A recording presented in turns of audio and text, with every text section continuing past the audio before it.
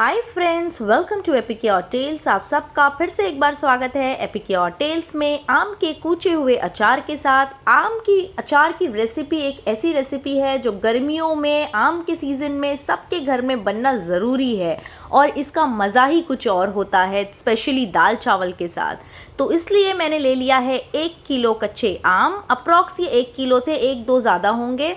और अगर आप 1 किलो आम ले रहे हैं तो आपका आधा किलो जो है वो आप ले सकते हैं हरी मिर्च। और अगर आधा किलो हरी मिर्च ले रहे हैं तो आप 250 ग्राम यानी पाव किलो जो है वो अदरक लेंगे। और वैसे ही 250 ग्राम पाव किलो जो है वो लहसुन लेंगे। अदरक को अच्छे से आप थोड़ा थोड़ा छील लेंगे, लेकिन लहसुन के छिलके को आप नहीं छीलेंगे। इस तरीके से ये सारी चीज़ें इकट्ठी कर लेनी है। उसके बाद आपको आम को बहुत अच्छी तरीके से धोना है, क्योंकि अगर आम अच्छे से ना धोया होगा तो वो ख़राब होने के चांसेस हैं, फंगस लगने के आगे चांसेस हैं। तो आम को बहुत अच्छे से धोना है और फिर इसे छील के इस तरीके से टुकड़ों में काट लेना है। और जिस तरीके से आपने इसे छोटे छोटे पीसेस में कट किया है उसी तरीके से आप अदरक को भी कट कर लें तो बेहतर होगा, आपको आसानी होगी इसे कूचने के लिए।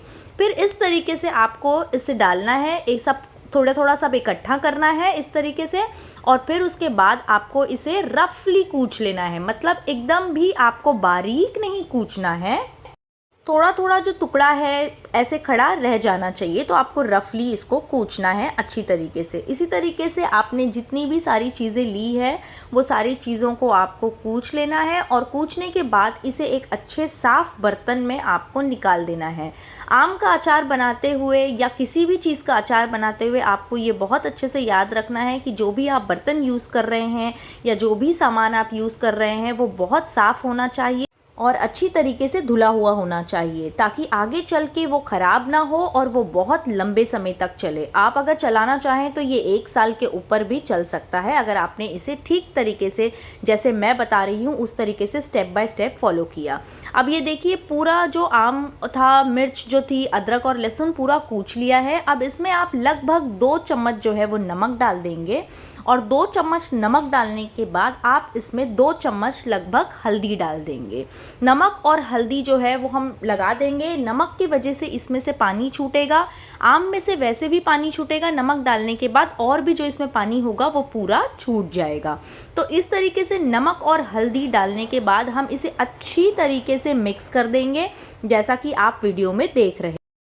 और फिर इसे अच्छी तरीके से मिक्स करने के बाद अगर आपके घर में जहाँ पर धूप आती है आप वहाँ पर इसे रख सकते हैं सूखने के लिए, इसका पानी जो है वो निकालने के लिए। या अगर आपके घर में कहीं धूप नहीं आती है तो आप इसे पंखे के नीचे भी रख सकते हैं। इसको आप, ये बहुत ज़्यादा हो गया था एक बर्तन में, इसीलिए मैंने इसे दूसरे बर्तन में भी थोड़ा सा ट्रांसफ़र कर दिया है ताकि ये अच्छी तरीके से सूख सके आप। और इसे ट्रांसफ़र करने के बाद आप देख रहे हैं कि मैंने दूसरे बर्तन में डालने के बाद इसे अच्छे से चम्मच से जो है वो उसको फैला दिया है ताकि वो अच्छी तरीके से सूख सके। तो अगर आपके घर में धूप आती है तो बहुत अच्छी बात है, तब तो ये 1 से 2 दिन में सूख जाएगा बहुत अच्छी तरीके से। और अगर धूप नहीं आती है तो फिर आप इसे पंखे के नीचे भी सुखा सकते हैं। तो इस तरीके से इसे सुखा लेना है। इसे सूखने में लगभग 1-2 दिन लगेंगे। अगर आप धूप में रखते हैं तो जल्दी सूख जाएगा। और फिर उसके बाद जब ये सूख जाए, आपको ध्यान रखना है, आपको इसे टच करके देखना है कि इसमें ज़रा सा भी पानी ना रह जाए, वरना इसका टेस्ट और ये टेस्ट भी ख़राब हो सकता है और फिर इसके ख़राब होने के चांसेस भी हो सकते हैं। देखिए, ये मैंने देखा एकदम सूख चुका है, आप देख रहे हैं ये वीडियो में, इस तरीके से ये सूख जाना चाहिए। अब इसके मसाले तैयार कर लेते हैं। तो सबसे पहले मैंने ले लिया है अजवाइन, एक चौथाई कप जो है वो अजवाइन ले लिया है मैंने। आपको इसमें अजवाइन जो है और मेथी वो कम लेना है, बाकी सारी चीज़ें जो है वो एक ही क्वांटिटी में लेना है। तो अजवाइन के बाद मैंने ले लिया है 3/4 कप जो है वो सौंफ ले लिया है। उसके बाद उतना ही 3/4 कप जीरा ले लिया है। और जीरा लेने के बाद अब इसमें जाएगी अक्खी धनिया। तो अक्खी धनिया भी आपको 3/4 कप ही लेना है। आपको बस ध्यान रखना है कि एक अजवाइन हो गई और एक मेथी हो गई, वो आपको 1/4 कप लेना है, बाकी सारी चीज़ें आपको 3/4 कप लेना है। तो इस तरीके से अब हमने अक्खी धनिया भी डाल दी। अब मेथी जो है वो फिर से हम 1/4 कप लेंगे, 3/4 कप नहीं लेंगे। तो मेथी ले लिया 1/4 कप।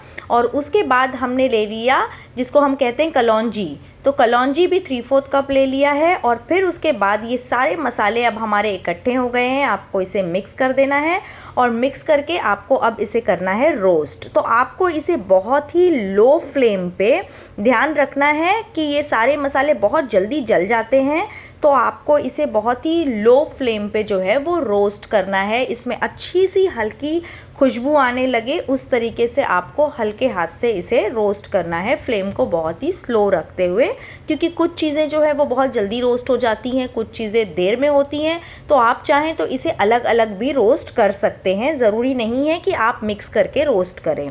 तो इस तरीके से अब मैंने इसको रोस्ट कर लिया है। अब रोस्ट करने के बाद हम इसे पीस लेंगे। कुछ लोग जो हैं इसे एकदम पाउडर जैसा पीसते हैं, उनको मसाला अचार में उसी तरीके से अच्छा लगता है।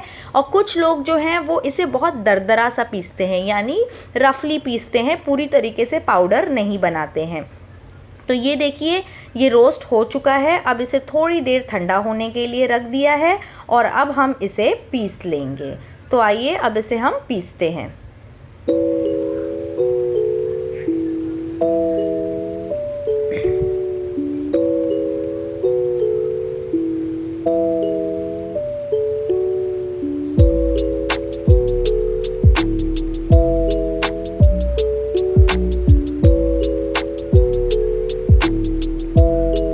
तो ये देखिए, अब जो ये मसाला है वो मैंने एकदम बारीक पीस लिया था, मुझे ऐसे ही पसंद है।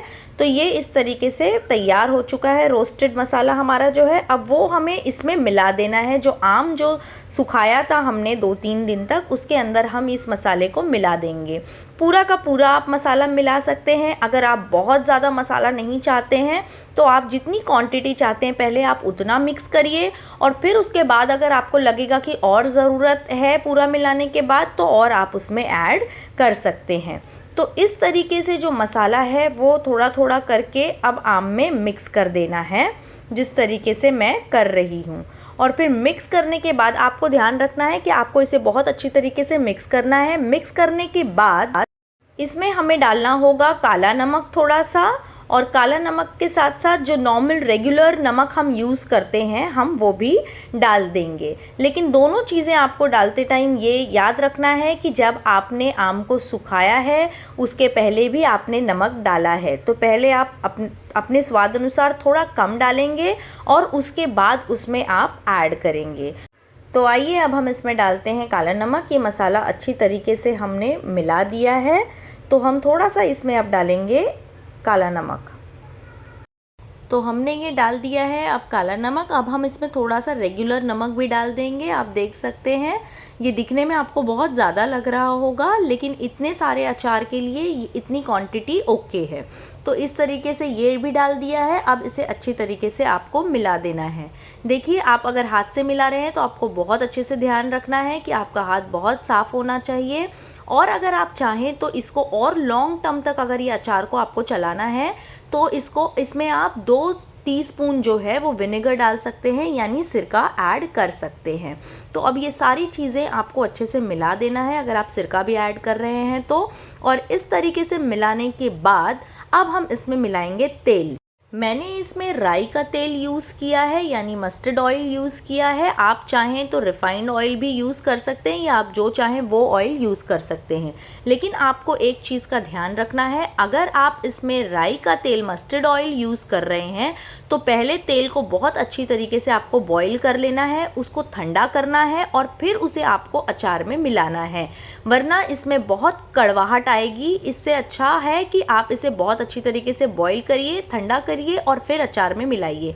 लेकिन अगर आप कोई दूसरा तेल यूज़ कर रहे हैं, रिफाइंड ऑयल या कुछ और तेल यूज़ कर रहे हैं, तो आपको इसको बॉईल करने की ज़रूरत नहीं होगी, सिर्फ मस्टर्ड ऑयल को आपको बॉईल करना होगा।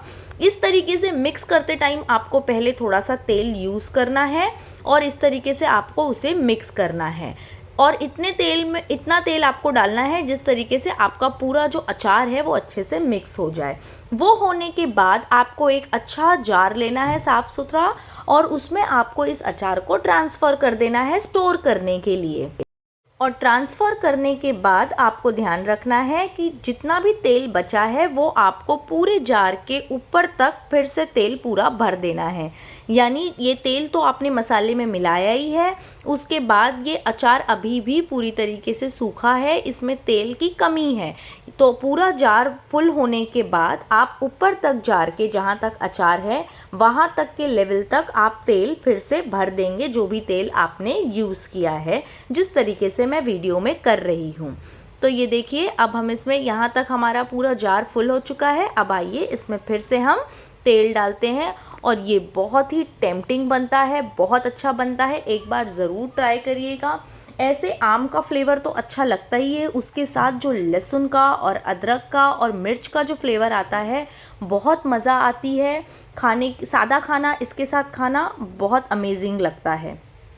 तो इस तरीके से हमारा जो कूचा हुआ अचार है आम का वो रेडी हो चुका है। आप ज़रूर अपने घर में इसे बना के ट्राई करना और मुझे कमेंट करके बताना कि आपको कैसा लगा। आम के सीज़न में ये बनाना मिस मत करना। और अगर आपको ये रेसिपी पसंद आई हो तो प्लीज़ एपिक्योर टेल्स को सब्सक्राइब करिए, शेयर करिए, लाइक करिए और इसी तरीके से बने रहिए एपिक्योर टेल्स के साथ। Bye bye, take care.